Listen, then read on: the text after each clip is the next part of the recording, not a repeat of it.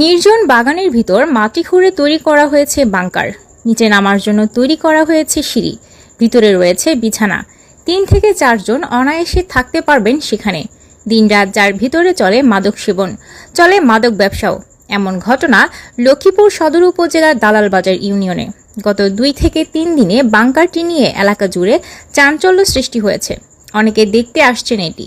অভিযোগ রয়েছে দালালবাজার ইউনিয়নের পশ্চিম লক্ষ্মীপুর গ্রামের প্রফুল্ল সাহা বাড়ির খোকন সাহার ছেলে সুজন সাহা ওরফে ভক্ত তাদের বাড়ির পাশের বাগানের ভেতর বাংকার তৈরি করে দীর্ঘদিন থেকে মাদক ব্যবসা করে আসছে, যেখানে দিনরাত কার্যক্রম চলে তার। ভয়ে এলাকার মানুষ কিছু বলতে পারছেন না। স্থানীয়রা জানান, সুজন সাহা দীর্ঘদিন থেকে মাদক সেবন ও বিক্রি করে আসছেন। এর আগেও তার মাদকের আস্তানা স্থানীয়রা গুড়িয়ে দিয়েছে। এখন আবার বাগানের ভিতর মাটির নিচে আস্তানা করেছে।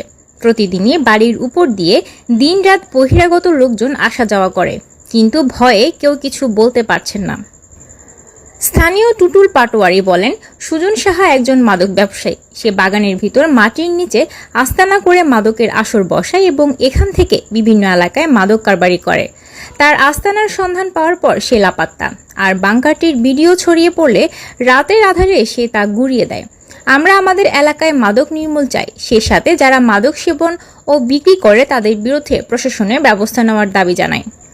3 নং দালালবাজার ইউনিয়ন 6 নং ওয়ার্ড প্রফুল্ল সাহার বাইর খোকন সাহার ছেলে সুজন সাহা ওরফে ভক্ত।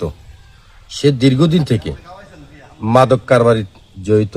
সে মাদক বিক্রি করে এবং সেবন করে এবং বিভিন্ন জায়গা থেকে এই যে যারা মাদক খুচরা বিক্রেতা এবং যারা খায় তারা এর সাথে আসি সবসময় খায় এবং বাড়ির সামনে একটা টং ছিল, তো এলাকার সবাই মিলে এই টংটা জ্বালিয়ে দেয়।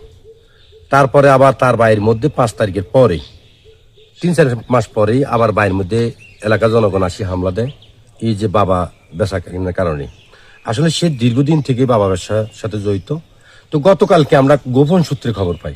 গোপন সূত্রে খবর পেয়ে আসি, আমরা দেখি যে বাংকার, এই যে আমরা ইউটিউবের মধ্যে যেরকম চাইনারা দেখি না যে বাংকার তৈরি করে, ঠিক অবিকল এখান থেকে সে ভিতরে যায়। ভিতরে একটা শোয়ার ব্যবস্থা আছে, এর মধ্যে খেতা আসছিল, আবার হাতুই ছিল। এইখানে আমার যত সম্ভব এই তো আসলে দীর্ঘদিন থেকে বাবা ব্যবসার সাথে জড়িত এবং বড় ধরনের চালান সে আনতো, আনি এখানে রাখতো। সুজন সাহার বাড়িতে গেলে তাকে পাওয়া যায়নি। তার স্ত্রী শুভাঙ্ক্ষা সাহা জানান, বাংকারটি তার স্বামী বানিয়েছে। মূলত সেখানে বসে সে আড্ডা দিত ও সিগারেট খেত। এটুকুই তার জানা আছে বলে জানান। সুজন কই আছে তা তিনি জানেন না। অতিরিক্ত পুলিশ